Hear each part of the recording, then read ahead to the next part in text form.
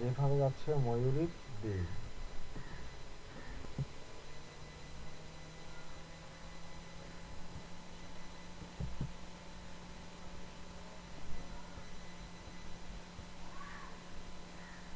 চলচ্চিত্রের সোনালী যুগের অবসানের পরেই 90 দশকের শেষের দিকে ঢাকাই চলচ্চিত্রে কাটপিস সিনেমার আগ্রাসন শুরু হয়। অশ্লীলতার জাঁতাকলে সিনেমাপ্রেমী মানুষ সলবিমুখ হতে শুরু করেন, আর এই সময় ঢালিউডের ঝড়তোলা চিত্রনায়িকা ময়ূরী আগমন ঘটে। কাটপিস সিনেমার সবচেয়ে বেশি চাহিদা সম্পন্ন অভিনেত্রী ছিলেন তিনি। তখন এই অভিনেত্রী স্বেচ্ছায় বা অনিচ্ছায় বেশ কিছু অশ্লীল সিনেমায় দেখা যায়। কাটপিস সিনেমার সবচেয়ে বেশি চাহিদা সম্পন্ন অভিনেত্রী ছিলেন তিনি। তখন এই অভিনেত্রীকে স্বেচ্ছায় বা অনিচ্ছায় বেশ কিছু অশ্লীল সিনেমায় দেখা যায় এবং এই অভিনেত্রীকে দেশের চলচ্চিত্র সূক্ষ্ম ধারায় ফিরলে অনেকটাই অন্তরালে চলে যান এই অভিনেত্রী।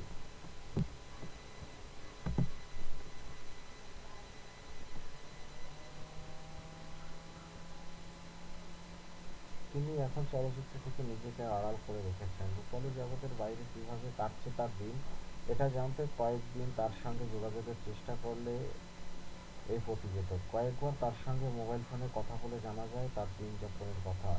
সাংবাদিক শুনলে অজানা কারণে এড়িয়ে যেতে চান এই অভিনেত্রী। চলচ্চিত্রের কোনো কাজ করছেন না বলেই মোবাইল ফোনে রেখে দিতে চান তিনি। সাংবাদিকদের সঙ্গে কেন কথা বলতে চান না, এমন প্রশ্নের জবাবে অভিমান ভরা একই কথা জানান তিনি। জানান তার বিরুদ্ধে মনগড়া নেতিবাচক খবর প্রকাশ করছে বিভিন্ন সংবাদ মাধ্যম, অথচ এসব নিউজের সত্যতা নেই, তাই তিনি কথা কম বলতে চান। সব সাংবাদিক তো একই রকম নয়। এ প্রসঙ্গে তিনি বলেন, সবার এমন নয়। এই সময়ের সাংবাদিকদের আমি চিনি না, তাই কথা বলতে চাচ্ছি না। চলচ্চিত্রে কোনো কাজ তার হাতে নেই, তিনি এখন স্টেজ শোয়ের অংশ নিচ্ছেন। এছাড়াও তার মেয়েকে নিয়ে বাসায় সময় কাটাচ্ছেন। বছরের শুরুর দিকে দেশের বাইরে যাওয়ার কথা ভাবছেন বলে জানান এই অভিনেত্রী। তিনি আরও জানান, আগামী ৯ ডিসেম্বর গাজীপুরের কাশিমপুর বারেন্ডা পার্কের একটি স্টেজ শোতে পারফর্ম করবেন ময়ূরী। এতে তার সঙ্গে থাকবেন খল অভিনেতা শিবা সানু সহ অনেকেই। অশ্লীল সিনেমা প্রসঙ্গে জানতে চাইলে এ বিষয়ে তিনি কিছুই বলতে চান না বলেও জানান ময়ূরী।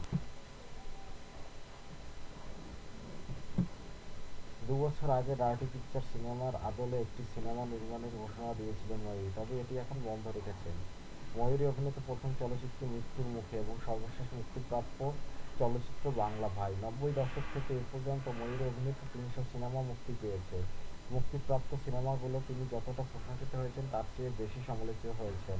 নার্গিস আক্তার পরিচালিত ৪ সতীনের ঘর শিরোনামের সিনেমায় শক্তিমান চলচ্চিত্রায়িতা আলমগীরের স্ত্রী চরিত্রে অভিনয় করেন প্রশংসিত হয়েছেন ময়ূরী। গত বছর ময়ূরীর স্বামী রেজাউল করিম খান মিলন নাছাড়ার দেশে চলে যান। ২০১৫ সালের ১৭ সেপ্টেম্বর রোববার বিকালে মিলন হঠাৎ হৃদরোগে আক্রান্ত হয়ে মারা যান। মিলন টাঙ্গাইলের ভুঞাপুর উপজেলা পরিষদের সাবেক ভাইস চেয়ারম্যান ছিলেন।